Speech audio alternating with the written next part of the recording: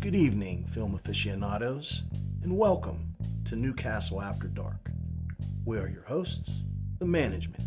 Coming to you from the land of cake eaters and spaghetti benders. Once again, bringing you films that are a feast for the mind. Tonight's film is 1972's Tales from the Crypt, starring Peter Cushing and Joan Collins. And it has Patrick McGee. That's right. Yeah, you remember Patrick McGee from Mask of Red Death. Clockwork Orange. Clockwork Orange, yeah. Yeah, he's really good. Yeah, and he's really good in this. He is. I mean, really, this has a pretty good cast, doesn't it? Yes, it does. As well as this is the first film adaptation from the comic book of Tales from the Crypt. Now, do all 5 stories come from the comics? Yes, but later on, when they redid Tales from the Crypt for HBO, they only used 2 of the stories. And they revised them somewhat. But tonight we're bringing you 5 in this movie. This is an Amicus production. Amicus was kind of the rival to Hammer Films back then. Yes. And I think they do a great job with this. Oh, they do a great job. I just think that they spent their money in other places than special effects. Well, you know, the blood's not always true to life. They're probably like, what do you got left in there? Some sauce? Put some sauce on there. They probably spent everything getting Peter Cushing to come in and Joan Collins. I'm telling you. Good Lord. Yeah. So sit back, relax, and enjoy 1972's Tales from the Crypt.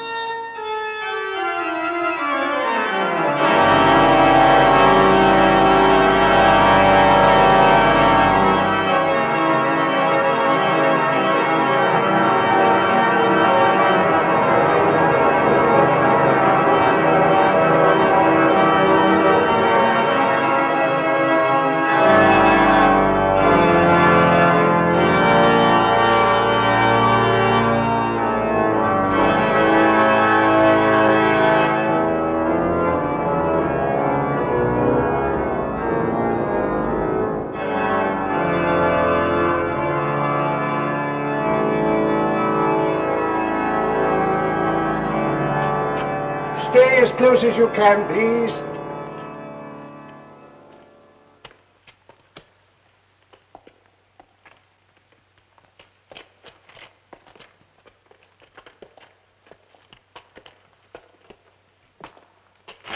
In the reign of Henry VIII, when the monasteries in England were dissolved and the occupants tortured, beheaded in public or murdered secretly, some went into hiding to worship as they pleased. It is the decaying bodies and skeletons of these religious martyrs that you will see on your tour. These catacombs are dangerous, and I must warn you to stay with me and not lose your way.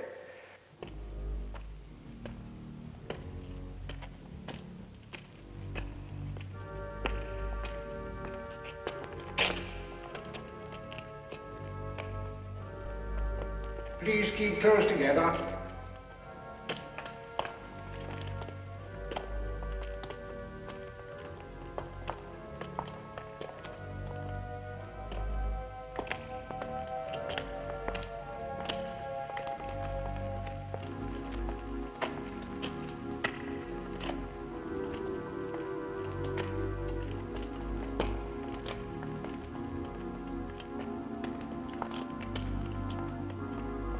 My brooch. Hmm? I must have dropped it somewhere. Thank you.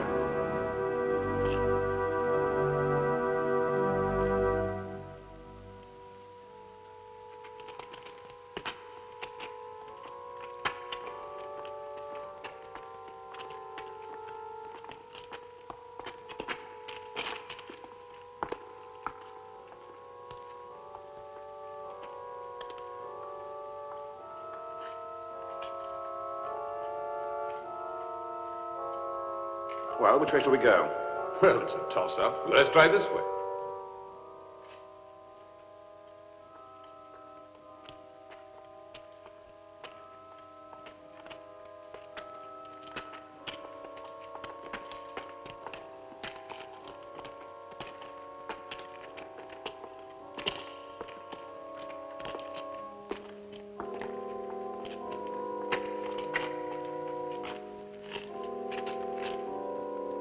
Dead end.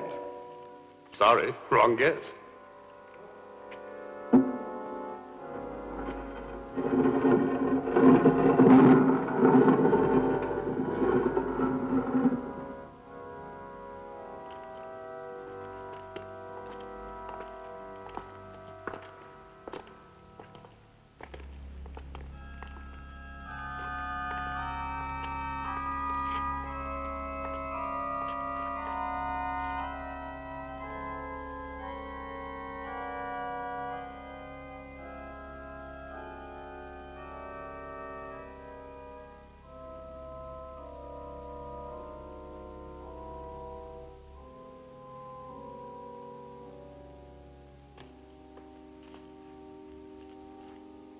Well, there's no way out of here.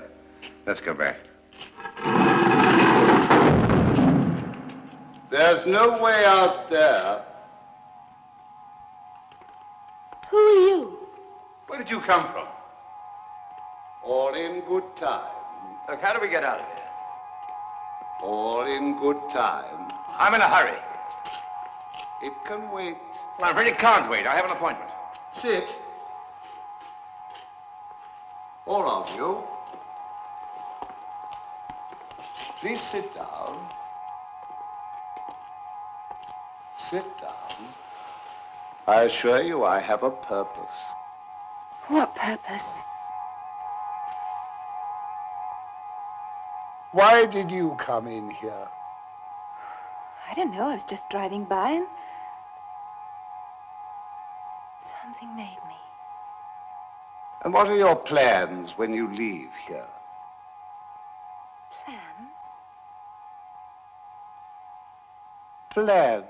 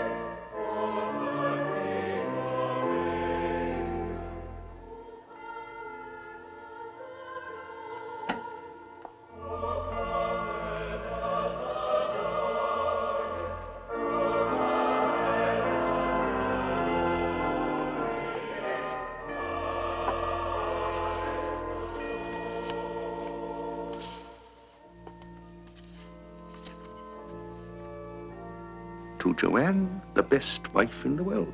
Love from Richard. And a big kiss.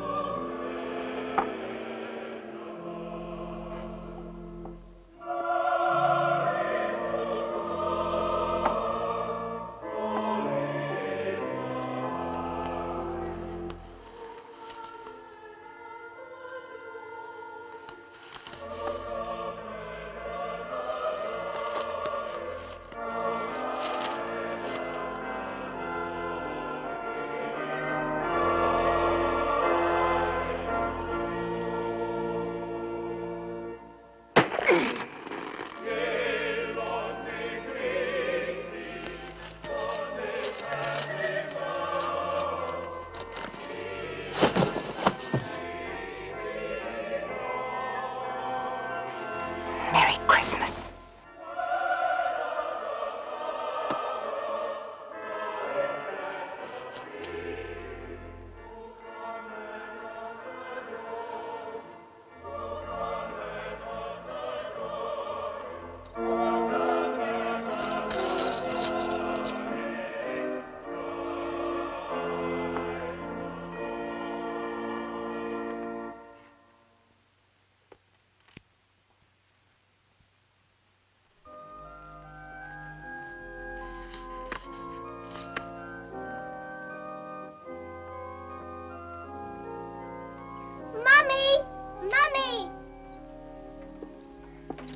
Just a minute, darling.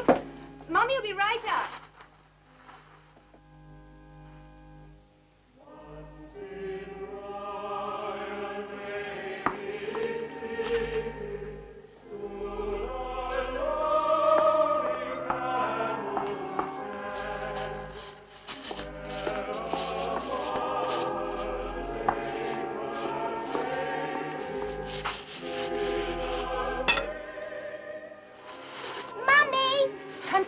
Carol?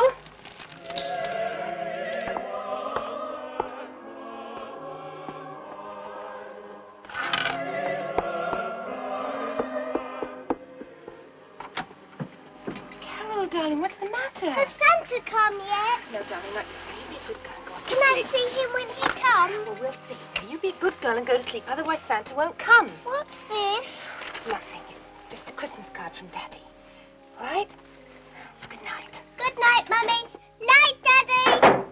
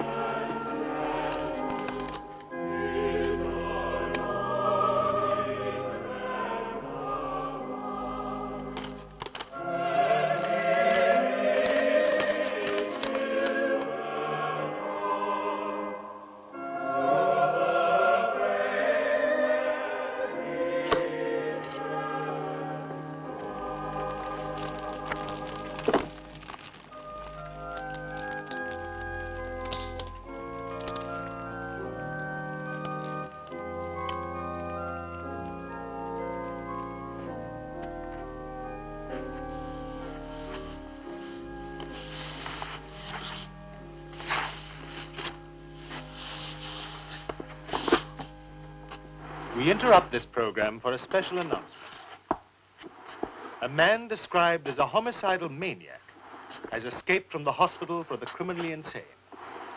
He is 6'3" tall, 210 pounds, dark eyes, bald, and may be wearing a Santa Claus costume taken from a shop in Burley.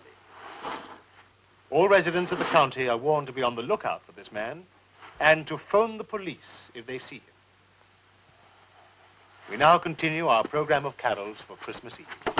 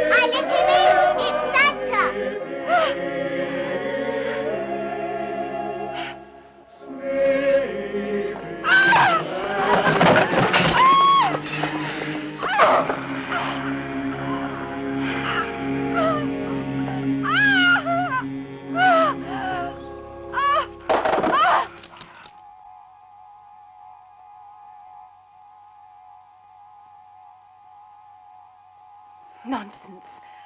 I have no Hadn't you? And you? I'm on my way home to see my wife and children. And then? Hmm? And then? And then?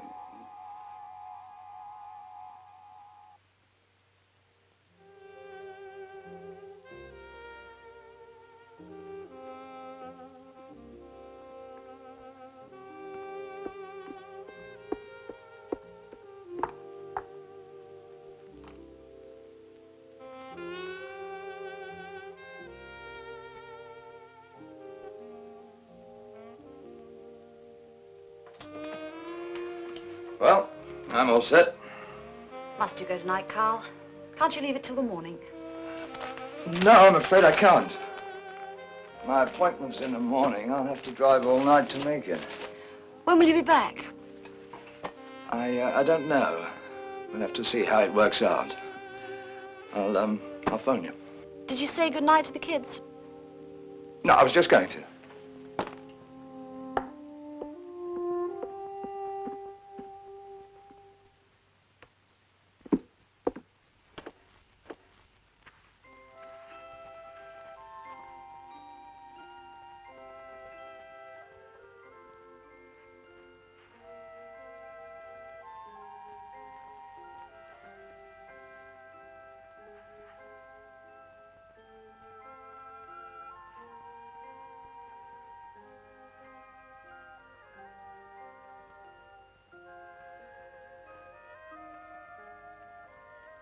Good night, Daddy.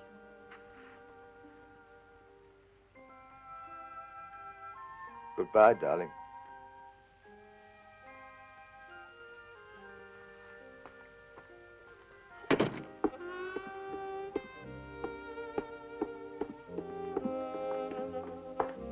Don't forget to ring me when you get there. I will. Goodbye, darling. Bye. Drive carefully. Yes, right.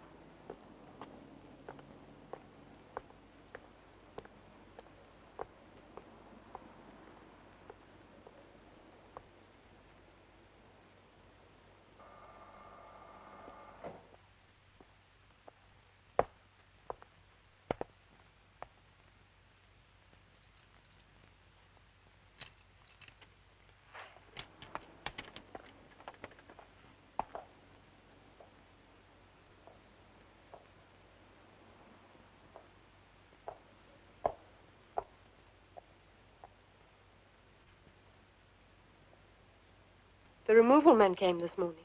Yeah, well, so I see. Should all be there by the time we get there. Yeah. Shame to give up a nice flat like this. Yes, I know that, darling. But we've both had to give up quite a bit, haven't we?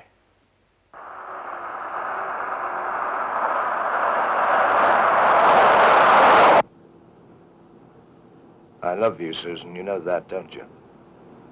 Yes, of course I do. You meet someone and suddenly that's it. I kiss my kids tonight and...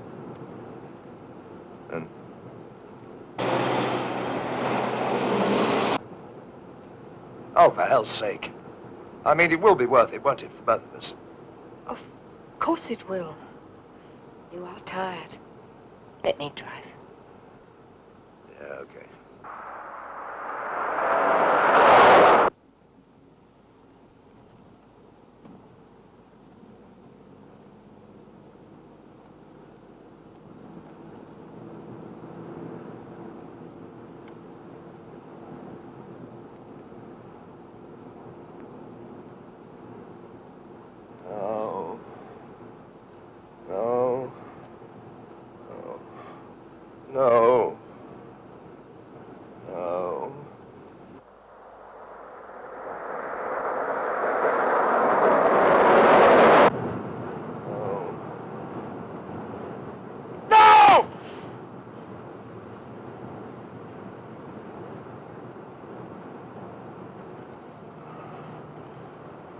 sorry. Bad dream. Look out!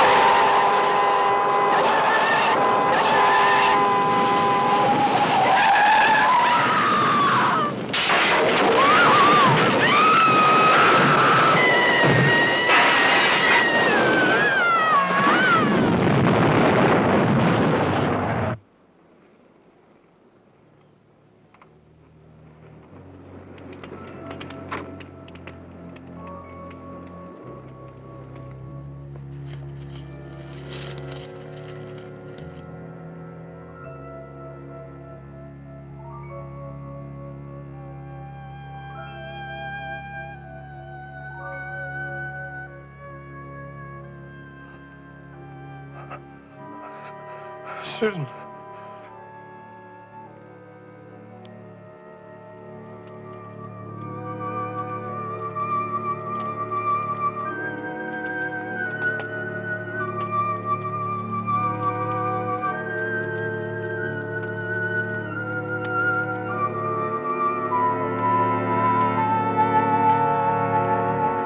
Susan, where are you?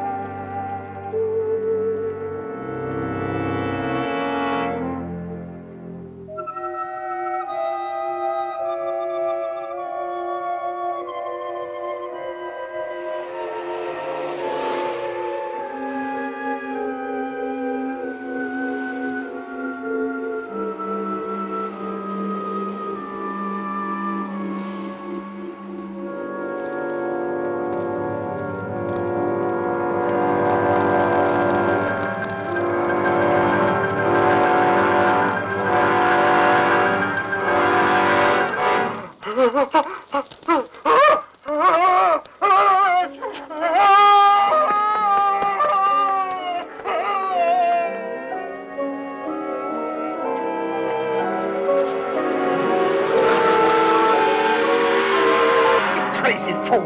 Do you want to get yourself killed?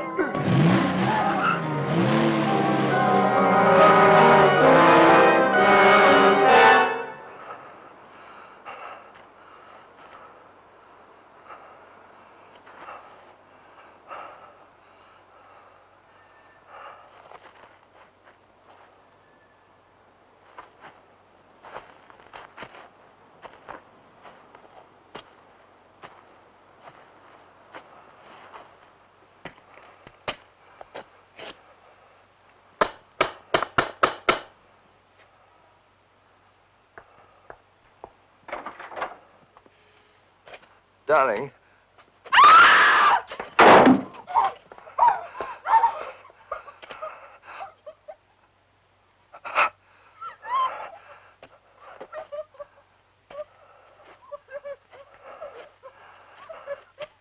What's the matter then? Look, pull yourself together. What's the matter? Come on now.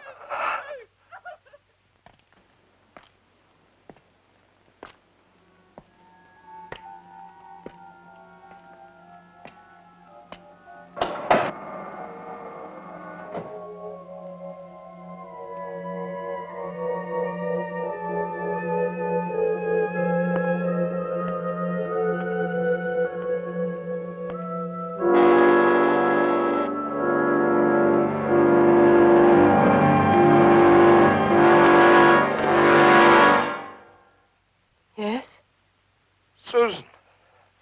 Who is it? It's me, Carl. Carl? It can't be. Can't be? What do you mean?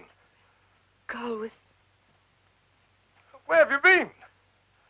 Please go away. Look, I've been worried out of my mind. What's happened? The furniture. I don't understand. How did... I brought it back. After the crash. Huh? And I was blinded. Blinded? And Carl was killed. Huh? 2 years ago. Ah!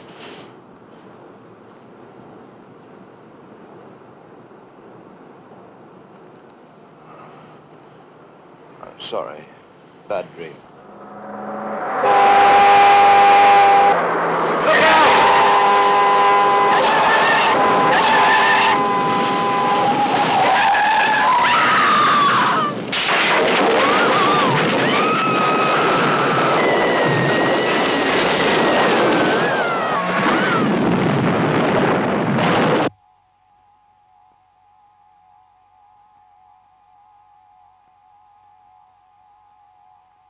So that is why you were in a hurry?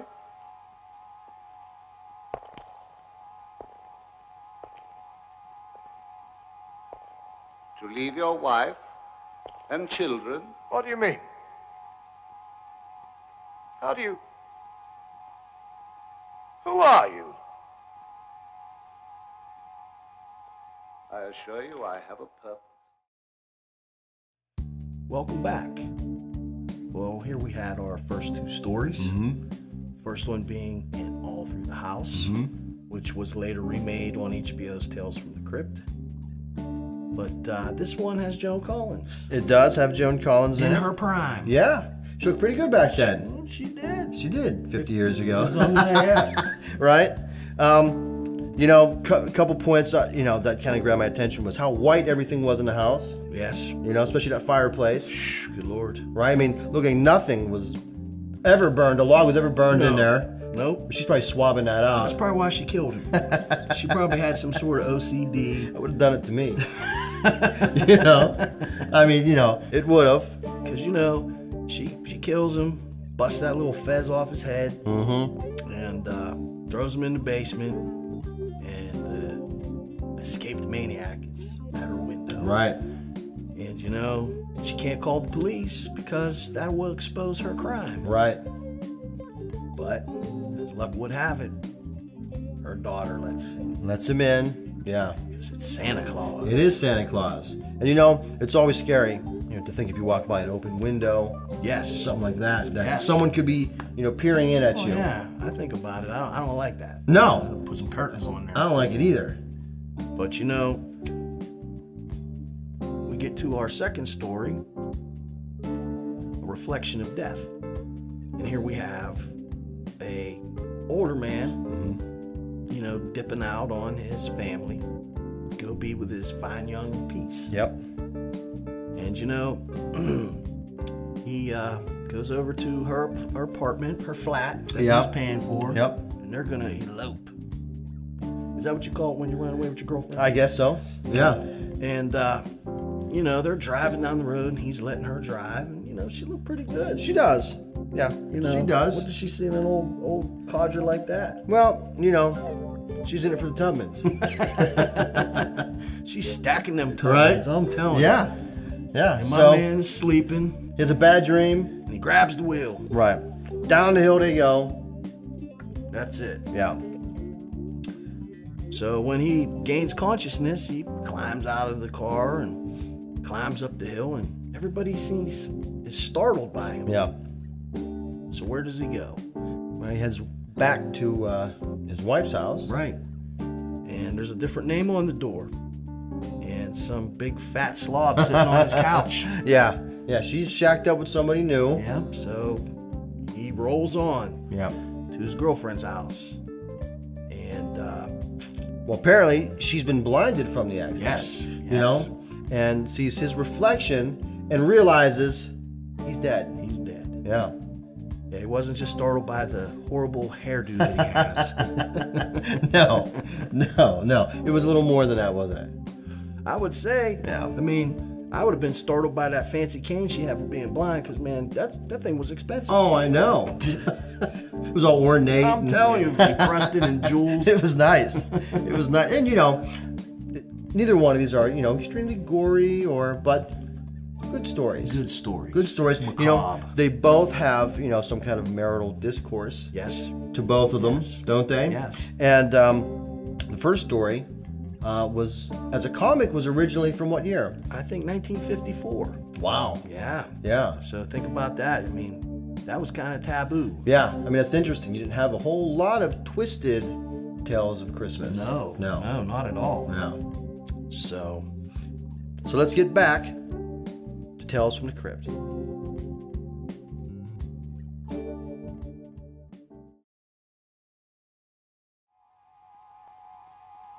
What sort of game are you playing? Game? You're trying to frighten us in some way. What do you want? To show you something. Something in your own mind. Something you are capable of doing. I don't want to know. Oh, but you must know. You must.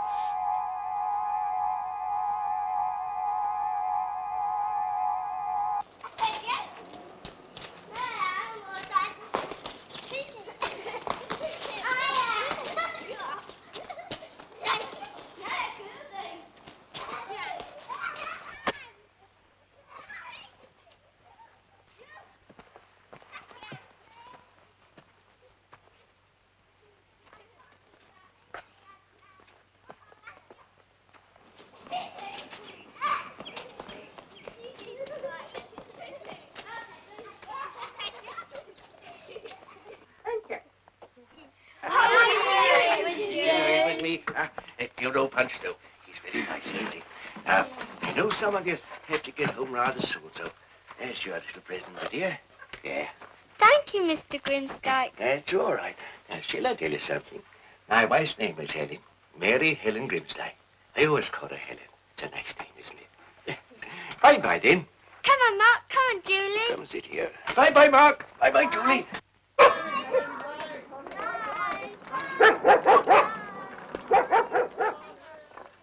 Two little dicky birds sitting on a wall. One named Peter, one named Paul. Fly away, Peter. Fly away, Paul. Come back, Peter. Come back, Paul. That's it. You think you could do that?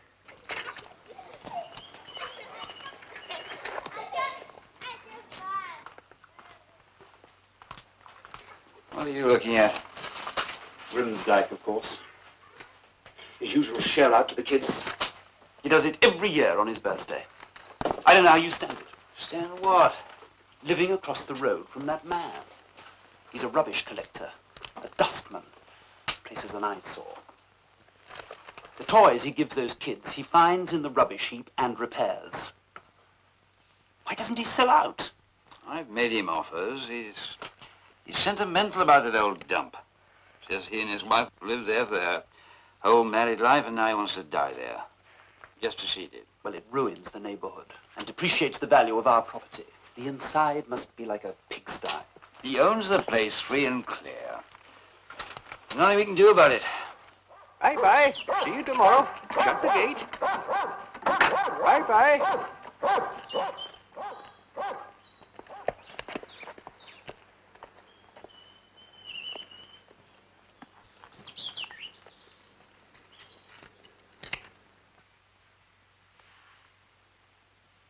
Isn't there?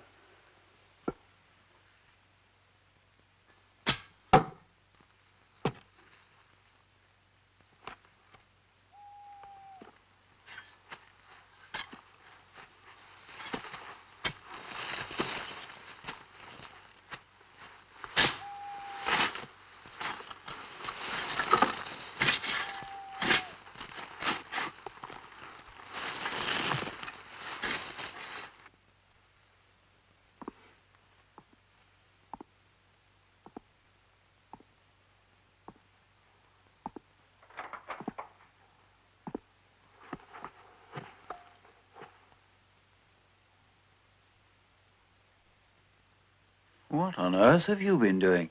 Somebody's just made an awful mess of Mr. Baker's garden. Poor Grymsdyke's neighbor. He was so proud of his prize roses. My prize roses. Years of hard work. It's Grymsdyke's dogs for sure. This is too much. I'd like to make an official complaint. But you mustn't take them away. They're my friends. Sergeant, please. It's a court order and they don't have licenses. Oh, I couldn't afford licenses. Sergeant, please.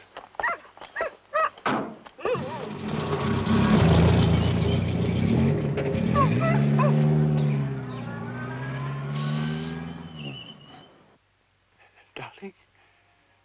Darling? Are you there, darling? Are you there, darling? Can you hear me? Can you hear me? Is there anything you wish to tell me?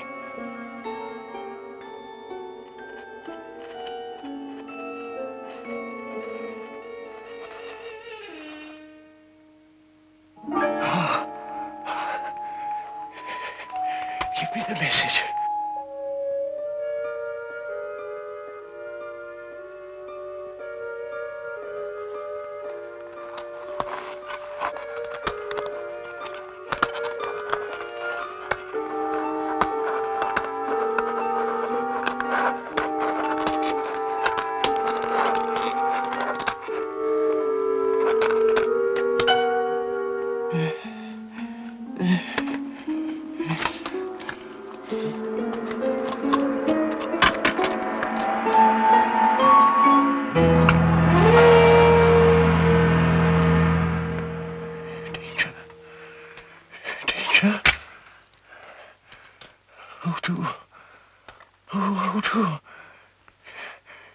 one of the children?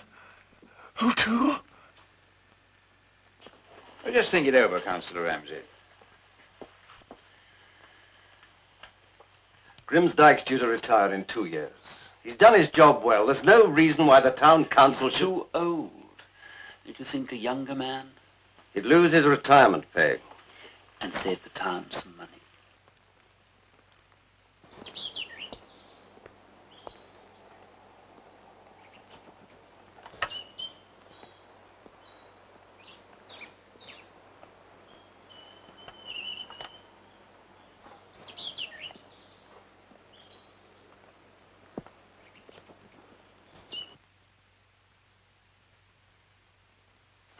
Poor old Grymsdyke. I do believe he's out of a job.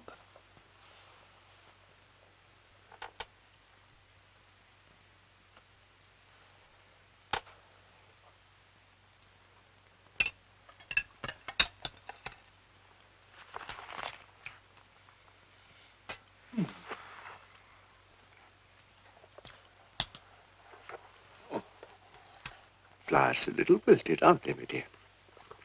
God bless you. Plenty more in the garden. I'll get you some tomorrow.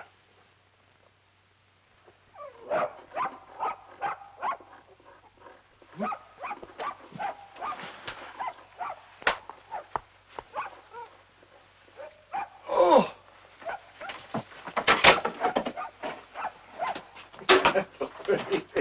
Oh, Jamie! Jamie, my little Jamie! Oh, I wondered where you were. Oh, I'm so glad they didn't get you. Welcome home. Oh, better save money now, hadn't we? Hey, look, Helen, look who's come back. Our little Jamie. Oh, that's wonderful. You're our only friend, huh? You and the children? We thought it might be neighborly to let you know what was going on. It's very kind of you to draw our attention to this, Mr. Elliot. It's so difficult to know what one's children get up to when they're out of one's sight. After all, last year, I remember... You can tell from looking at his house what a filthy old man he is. Constantly filling it with children. Heaven knows what his motivations are. Now, don't forget what I said. Just stay away from him. But, Mummy, he's such a nice old man. Don't argue with me. You're not to see him again, ever. Why don't you go and play in our garden? And don't take any more sweets from him. Carrying rubbish all day. His hands must be filthy. You and your Mr. Grymsdyke. Now remember, I don't want you to go anywhere near him. Oh, Mom. And that's final.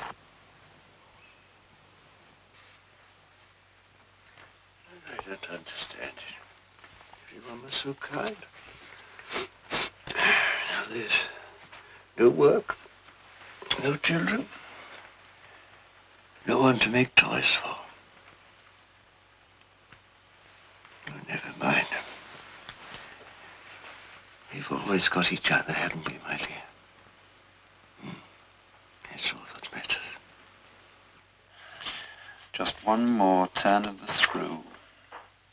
And he'll sell his property for next to nothing. What's on your mind? Valentine's Day. It's just 2 weeks away. So? We'll send him valentines. From everyone in town. Lots of mail for you today, Mr. Grymsdyke. Good morning. Thank you very much. Oh, oh, very kind. My dear, look, it's not even Christmas, is it? Not that it makes any difference if it is or not. I wouldn't be writing to it. Let's see how. It's a Valentine card. You're my only sweetheart, goodness me. Noisy are children, loud is a bell, pungent is perfume, but you only smell. Noisy are children, loud is a bell, pungent is perfume, but you only smell. I don't think I like that. Let's see what we have here.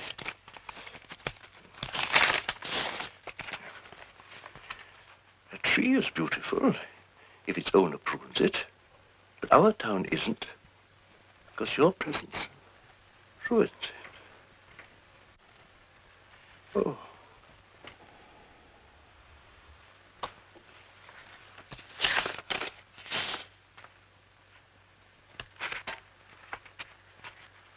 Some people live in the country. Some people live in the town. Why don't you do us a service? Jump in the river.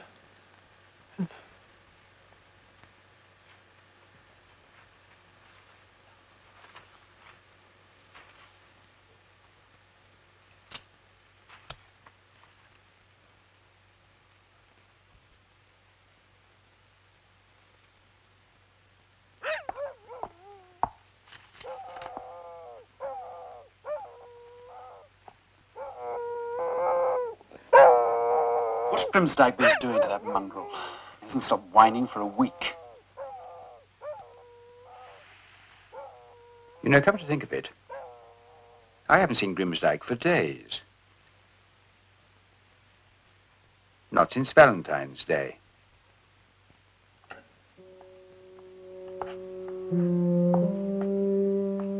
Can't be far away if the door's open. The place is spotless. I thought it'd be filthy.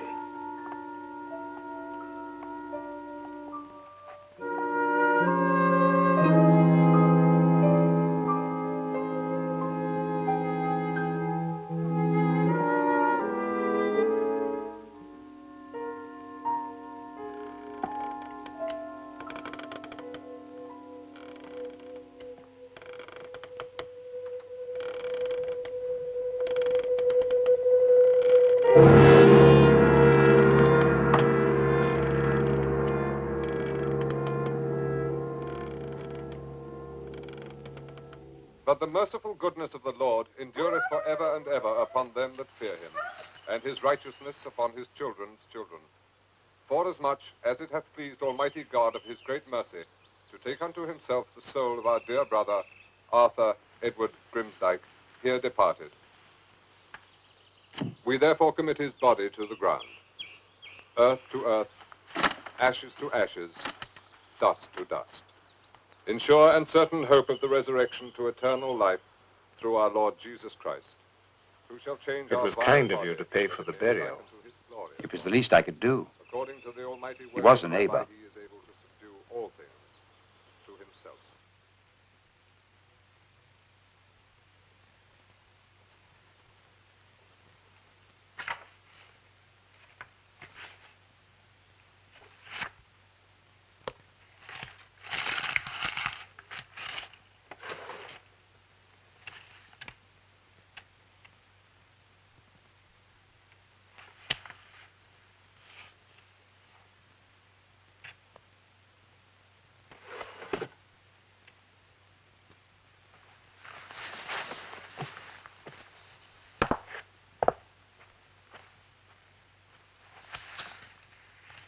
What's that?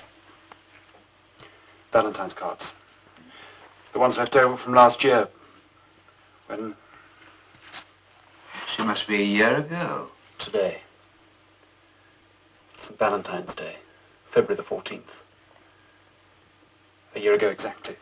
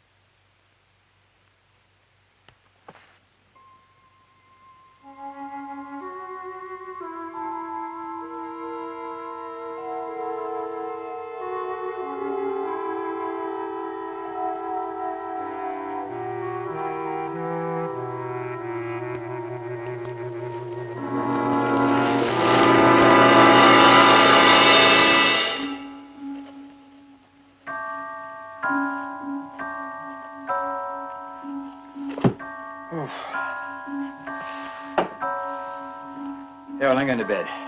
See you in the morning.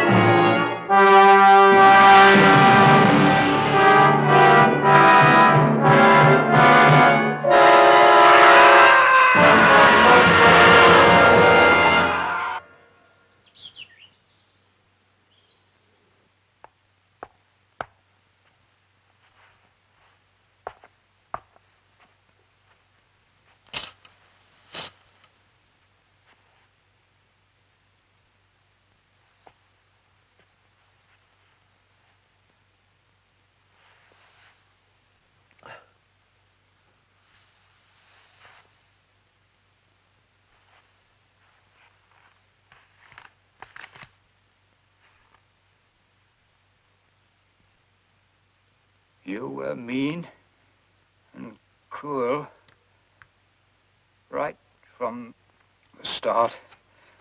Now you really have no...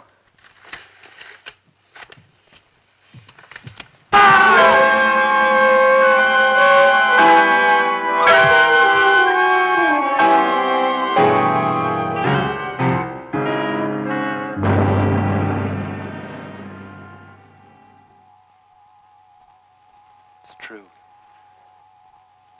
It's true. I don't like Grymsdyke.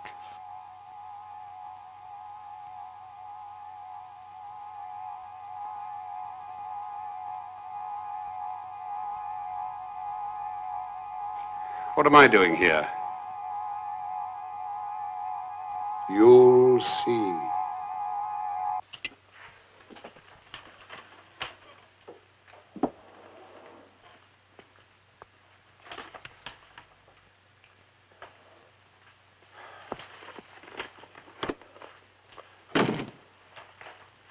Well, that's it, Ralph, I'm afraid.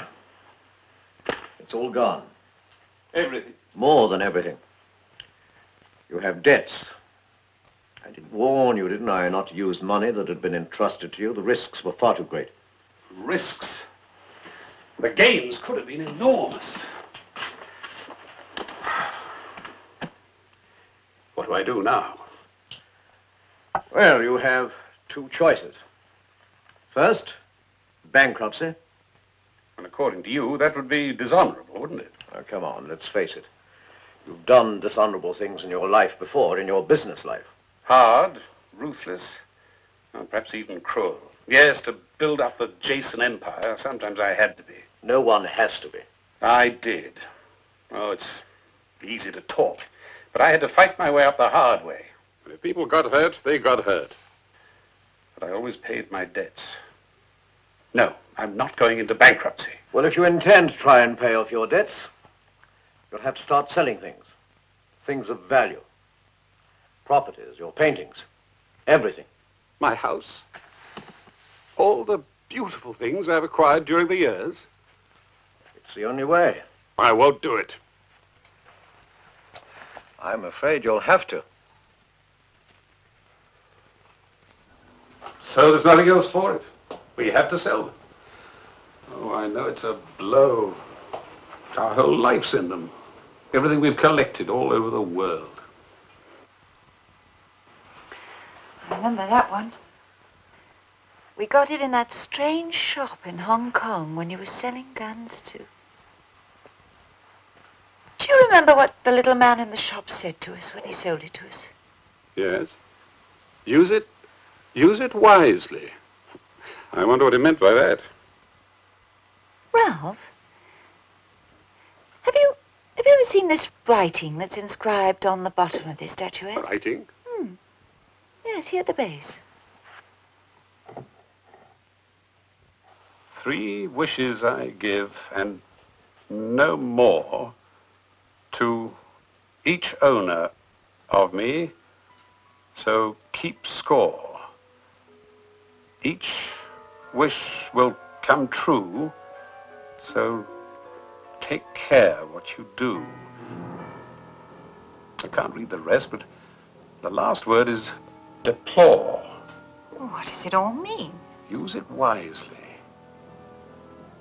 If only it could give us 3 wishes. That's storybook nonsense. It reminds me of a tale I once read. What was it? We could pay all our debts. The Monkey's Paw. That's what it was. I wish. I read it when I was at school. I wish for lots and lots of money. Oh, no. Too late, I already have. And I've just remembered what happened at the end of the story. Well, you said yourself it was just a story. Like our 3 wishes.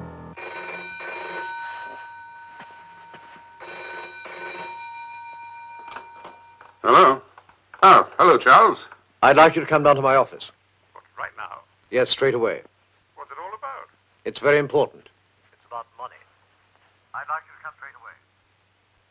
I'll be right there. That's Charles. He wants me to go and see him right away. He said something about money. Money?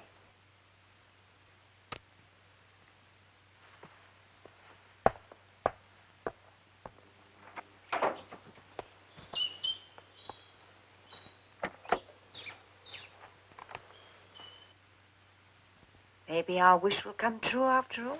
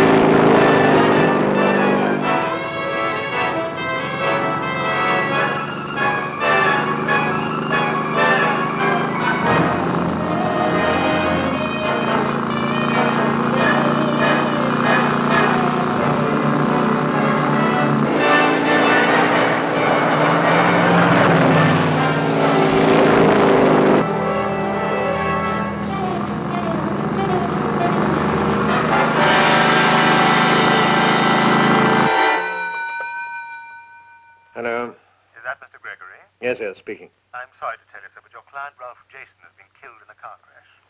In his car?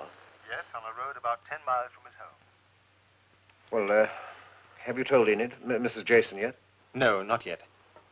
We found some letters from you in his pocket. They indicate that you're not only his solicitor, but a close friend of the family. We thought it better that you break the news. Yes, yes. Yes, of course. Leave it to me. I'll tell her.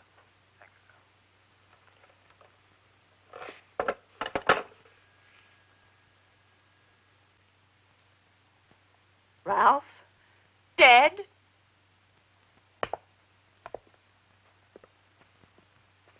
They found him in the wreckage of his car. He'd obviously lost control, skidded. Enid, this may not be the best moment to talk about this, but it may alleviate some of your other worries. You realize this accident makes you a rich woman. Rich? Ralph's insurance. He always carried a large policy with a double indemnity against accident. Oh, Charles, I wished for lots and lots of money. Ralph warned me not to. No, that's a coincidence. No, surely. it's no coincidence. That statuette. It gave us 3 wishes. I used one of them to wish for lots and lots of money. Now, I'm going to wish for Ralph back.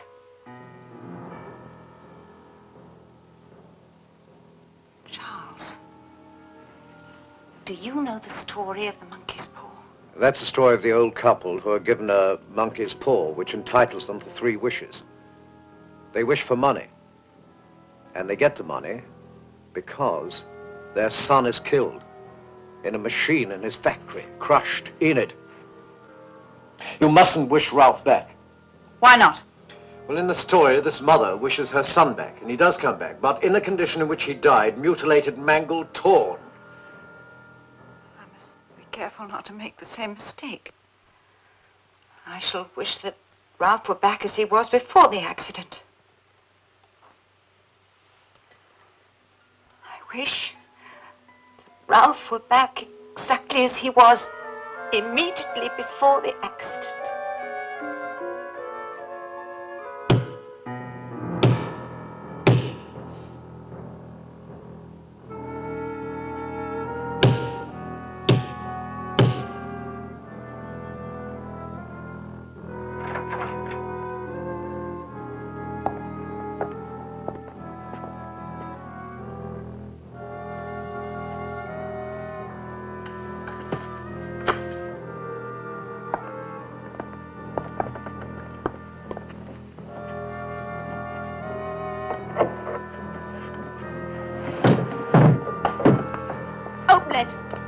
quickly. No, don't look. His body was mangled in the crash. Mangled? It wasn't mangled. Mr. Jason died of a heart attack at the wheel. I wished for him back as he was immediately before the accident. But he was already dead. Dead from a heart attack, so the accident didn't kill him.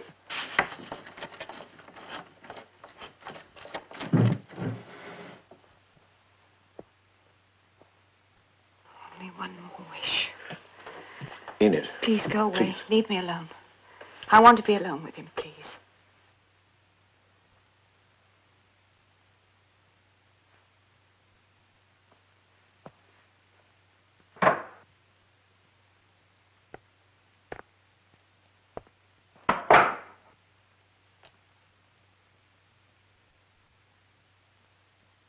Only one more wish.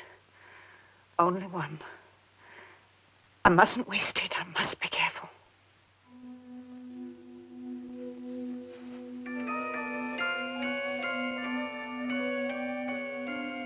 Please, please. I wish Ralph were alive now.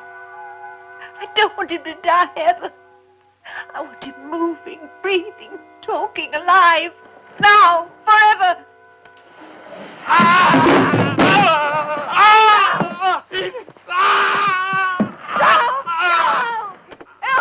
What's happened? What have you done? I wished him alive again, forever. But don't you realize he's been embalmed? His veins are filled with embalming fluid burning into him. Oh, I need to do something.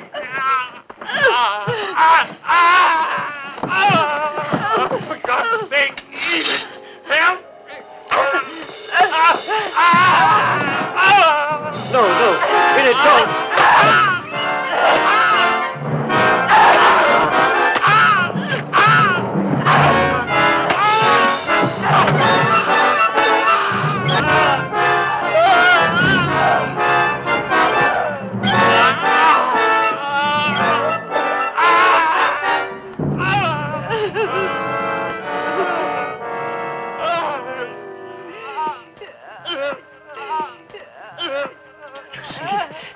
You wished him alive forever. You can't kill him. Every piece of him is alive still.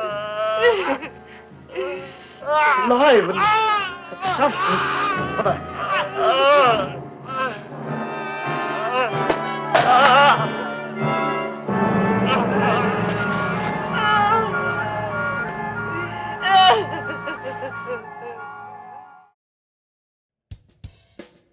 Well, you know, those last two stories, the first one being Poetic Justice with Peter Cushing, you know, there's a little interesting fact to that one.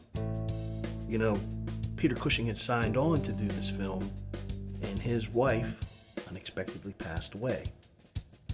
And he was so bereaved that he had lost so much weight that he actually chose this role other than the one that they originally hired him for. And I think that it is very well portrayed, the loneliness and sadness in Peter Cushing's role. Oh yeah. You know, I mean, this one, well, you know, the neighbors are trying to do away with him. You know, I mean, he's a good friend to the children there. Yeah. You know, and like you said, had lost his wife, and you know, has his dogs and loves his dogs, and is such a, you know, such a wonderful man of the neighborhood. But you know, they want to do away with him. Right. And you know, they first have his dogs taken away, and then, you know, they don't let the kids come over there anymore because, you know, he's a creepy old man. Right. And, you know, then they send him those Valentine's cards. And, you know, he was so happy to get those cards. Yeah. And then as he read them one after another. Yeah. You know. You can just see it in him, in his reading of that. I mean, it's so, you know, it's so moving. Yes. It's a little hard to to watch. Yeah. Isn't it? But that's the beautiful thing about Tales from the Crypt's stories. There's always a moral outcome. Yeah. And I like that. Oh, yeah. You know? Yeah. He comes back on the anniversary of his death. Yeah. has a little Valentine's Day card of his own. That's right. Right? That's right. Yeah, and I mean, Peter Cushing, obviously, is fabulous. A favorite of mine, but does a great job in that one. Excellent. It really does. Absolutely. Now the next one, this is the one I remember the most from watching this, and I've seen this when I was young. Is this is kind of loosely based off of the monkey's paw, isn't it? Yes. I think they make reference to it or something. They right? do, yes. And but the whole, as she's wishing him back. Oh yeah. I mean, because what she wishes him back the way he was. Yes. Right. Before he died. Right. And he's embalmed. Yeah. Right. And she's, I mean, he's just, writhing in pain. And she's cutting him up, and everything's still moving because she wished him back forever. Forever. That way. And that lawyer was no help. He's like, "Oh, you messed up now. Oh, Jesus! I know. What a mistake. I know. She's chopping him up with a sword. But you think how cool it is. What a good woman he had. I mean, all the things that you could have wished for. Here's your dead husband. He's gone. You're rich. You've got another wish. She could have been on the beach in Aruba somewhere. That's what I'm saying. Right? Because once he died, she got all that money. Right. Right. But what did she wish for? For him to be back. For him to be back. That's devotion. Yeah. That is. And, boy, what a terrible ending. Oh, my. That one always bothered me for some reason. I was like, I'm going to be cremated. My ash is popping around. I'm hip. I agree. I agree. So let's get back to the conclusion of Tales from the Crypt.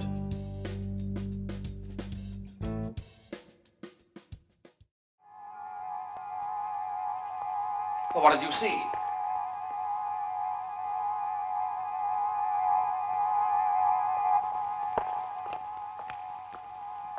What did he see? What's more important is what you will see. Well, who are you? What do you want with us? To warn you of what may happen. I don't care about your warnings. I want to get out of here. Very well, but you should heed the warning.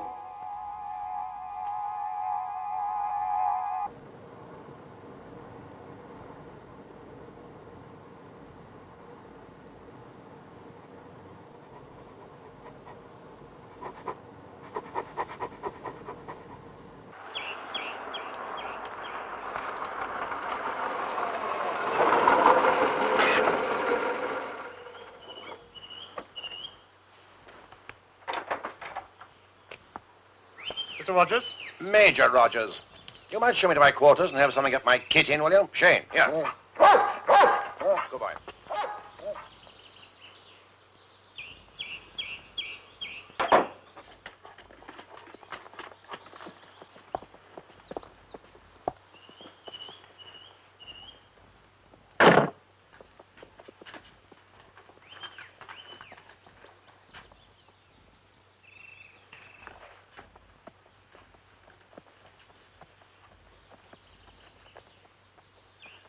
There were pictures on the wall. Where have they gone? Personal property of your predecessor, sir. Well, you must get some more. I'll go down to London and have a look around the galleries. Where are the men? The patients? They've gone to lunch, sir. You mean dinner, Sergeant? Bon appetit, Mr. Carter. Thank you, Harry.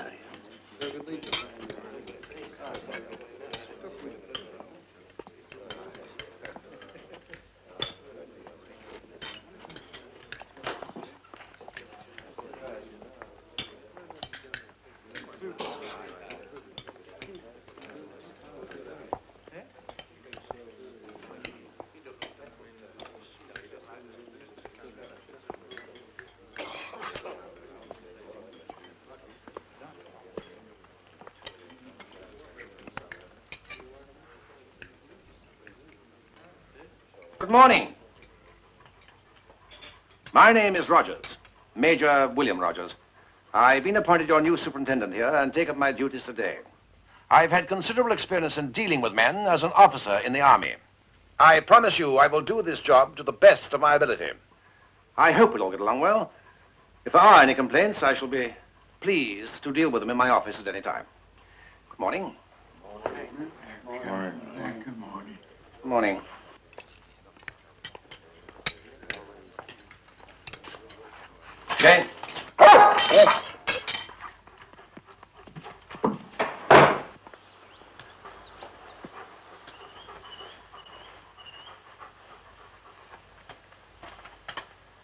Well, Shane, after I made a few changes, I think we're going to like it here.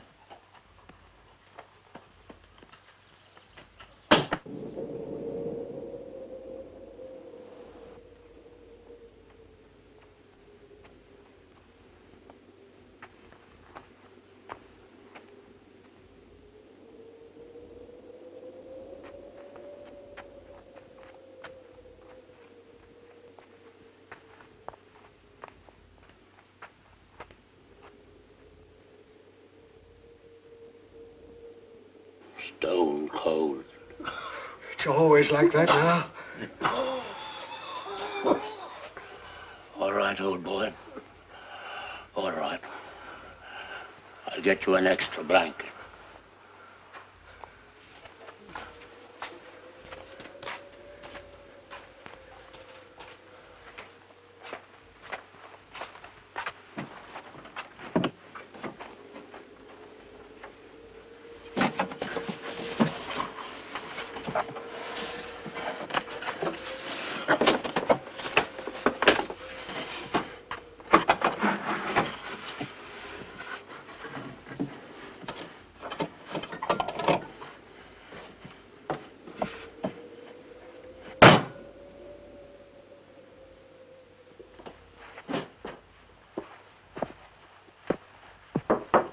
Yes?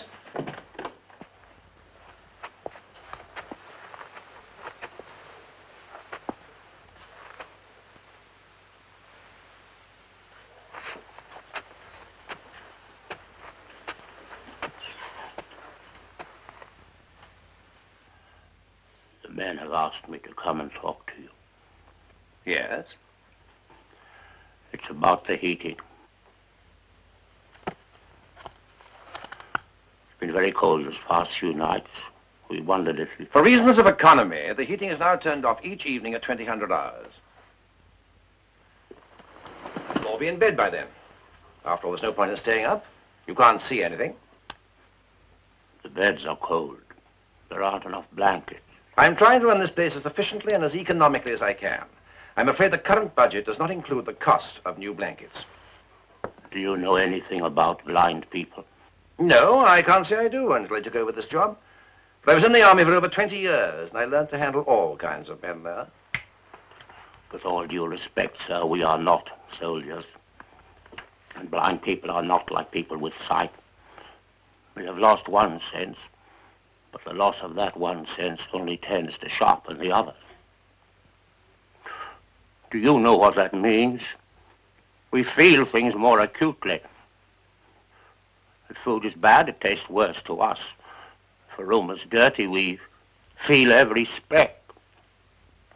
If an insect scurries across the floor, we hear it. And if it's cold, we feel the cold more. Why don't you sell that painting and buy us fuel or extra blankets? I was not aware that the administration of expenditure for this establishment had been handed over to you, Mr. Carter. Good morning.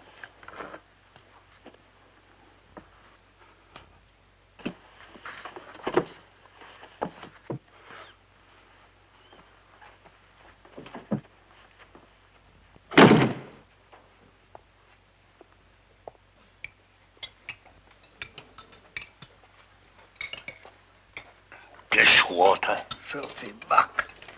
No meat in it.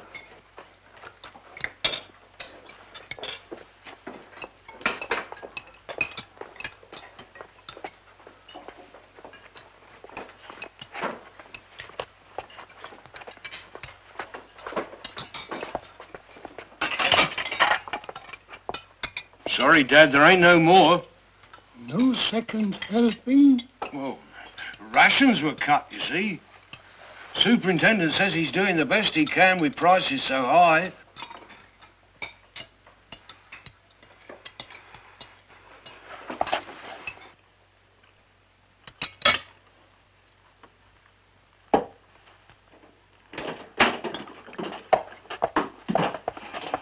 It's customary to knock on the door of a private office. What do you want? Can't you see I'm having my lunch? What is it? Nice juicy steak?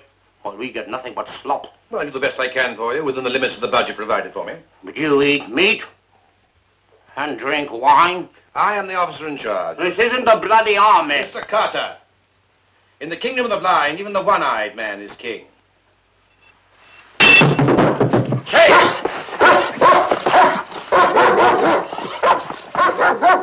Shane, stay.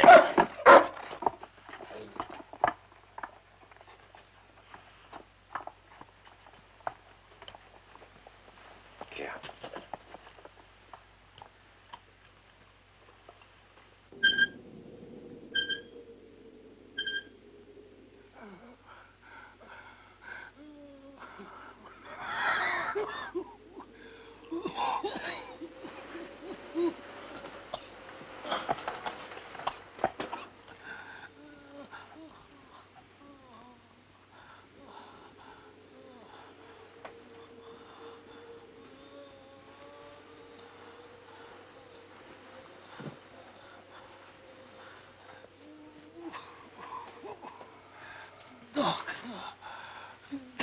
Doctor.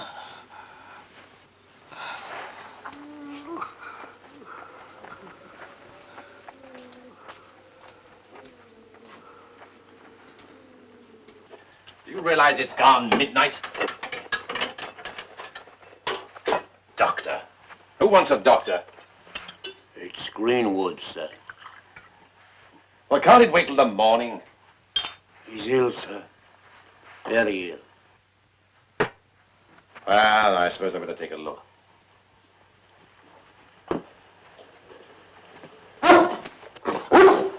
Shane, wait. Blanket.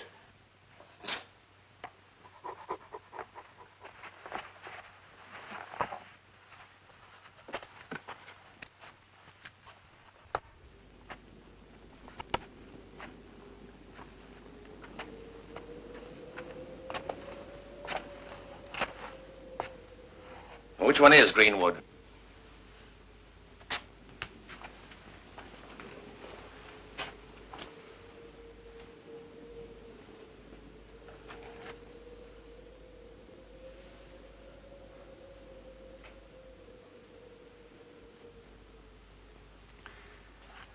The man is dead.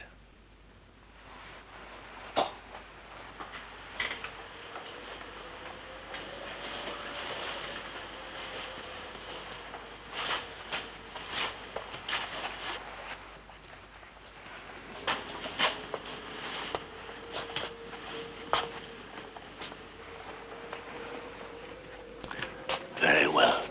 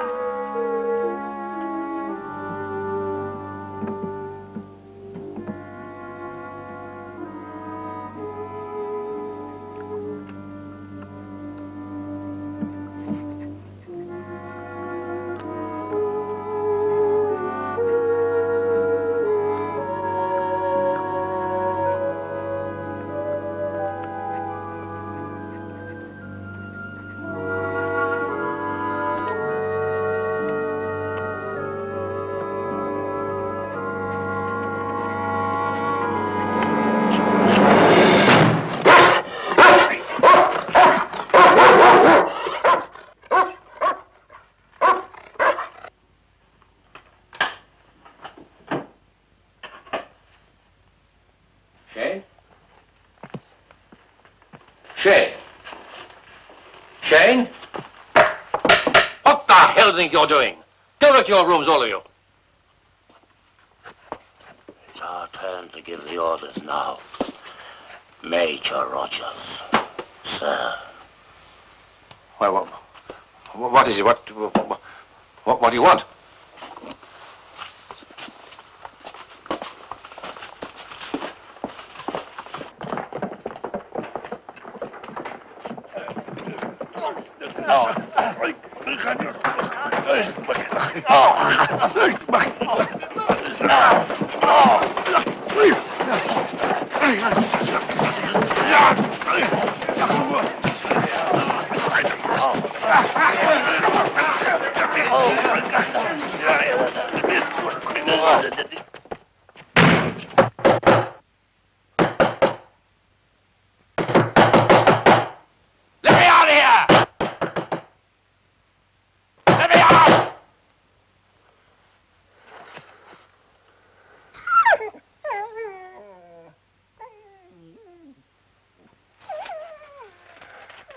Shane. Shane. All right, boy. All right, boy. What are you doing, my dog?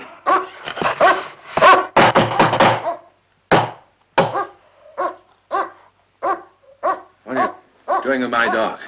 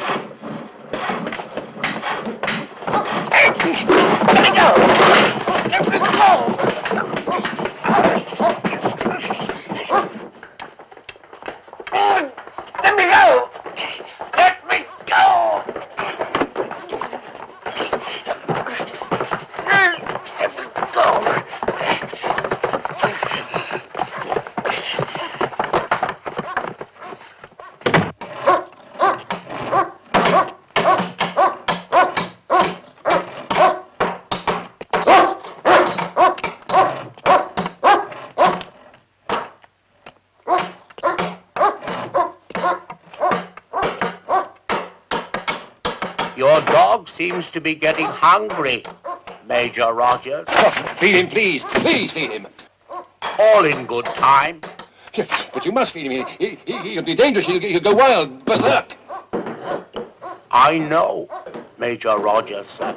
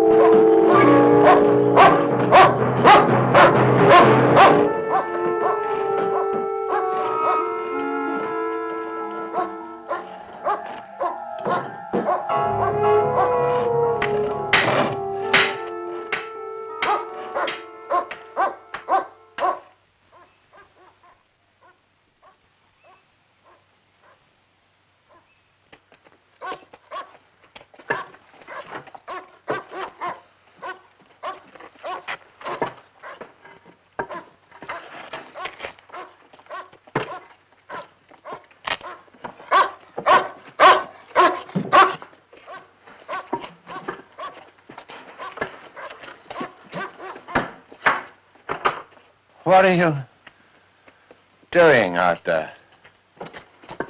You'll see soon enough.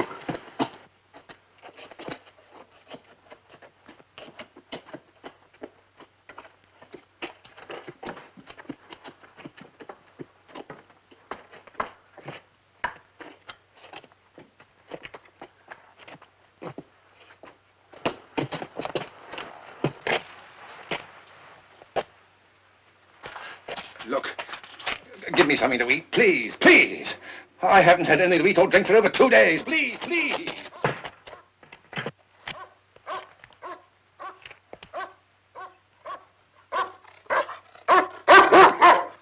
Well, at least feed my dog, please. He'll be fed all right. Major Rogers, sir.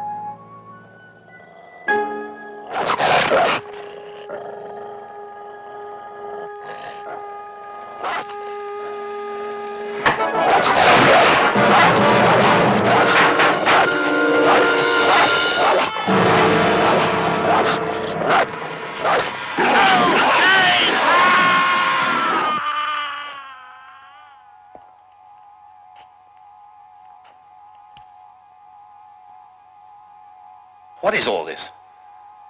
I'm on my way to a new job. I don't know why I stopped here. I do.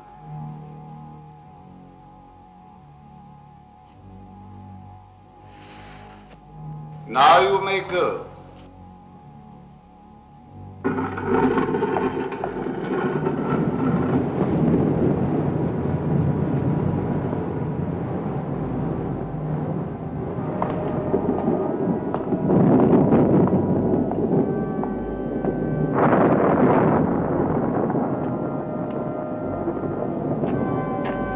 But how can we? Where are we? In a place where people go who have died without repentance. You see, I wasn't warning you, but telling you why you are here for all eternity.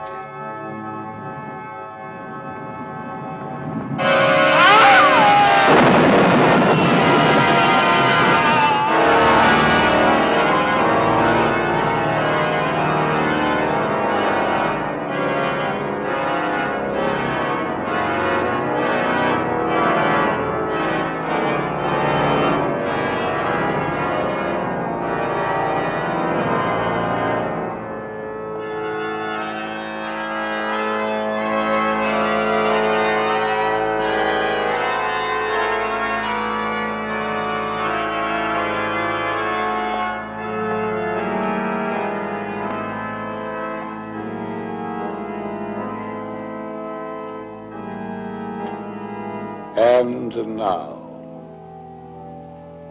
who's next? Perhaps you?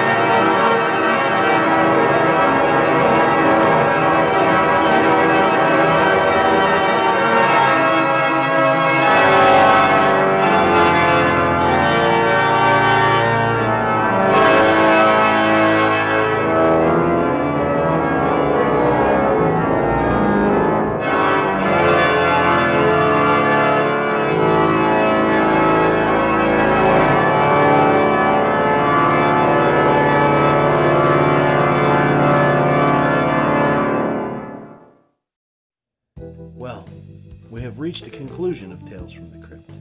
And our final story, Blind Alley, the one with Patrick McGee. You know, it's interesting how the guy that comes in from the military and, you know, decides to run the place, not to the benefit of the blind, right, but the benefit of himself. I mean, he's getting some Picassos on the wall, yeah, getting some T-bone steaks, you know, getting the dogs some, you know, some good treats in a blanket. Right. You know, them guys are eating, you know, dishwater. Yeah. They don't got no blankets. Very little provisions for them. And he says, you know, blind people might have lost one sense, but they've amplified the others. Right. So, you know, they build up the bunker, starve the dog on one end, let my man hang out in that room, and then they let him out. Now, what would you do? If you know, you've been in this room for God knows how long, dog's on the other end, you can't see anything. What would you do? I don't think that's the way he's thinking. Right. I think, you know, he has such a companionship with the dog. You know, he's not even assuming, you know, that the dog is going to attack him. Right. I really don't get that feeling in that. Right. You know, that's what he thinks. Me, on the other hand, right, I'd be petrified. That door be getting shut again. I think I'll hang out. Well, here. remember, they shut the door behind him, so Oh, he that's couldn't go right. back. That's Remember? right. They shut that door behind him, so he has no choice but to go through the maze, doesn't he? That's right. Right? He has to. He has to go through the maze. He has to make his way through and through the razor blade wall. And you made a very good point that I didn't catch in all these years, is that those razor blades were there just so the dog would smell blood, taste blood. Yeah. And go crazy. Yeah, you know, I mean, as he's trying to shimmy his way through there, he's getting cut. Right. You know? And you know, he was probably thinking, why couldn't I got a Pomeranian?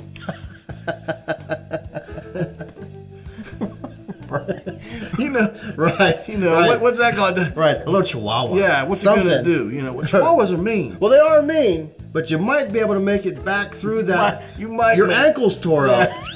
You know, your calf's hanging loose, but you might make it back, right? Exactly. But a dog like that, yeah, you're done. You know, and once you try to make it back through the, you know, razor blade wall, you're chip chop. Yeah, you're chip chop. You're Isleys. Exactly. You're you know? some Isleys. So, you know.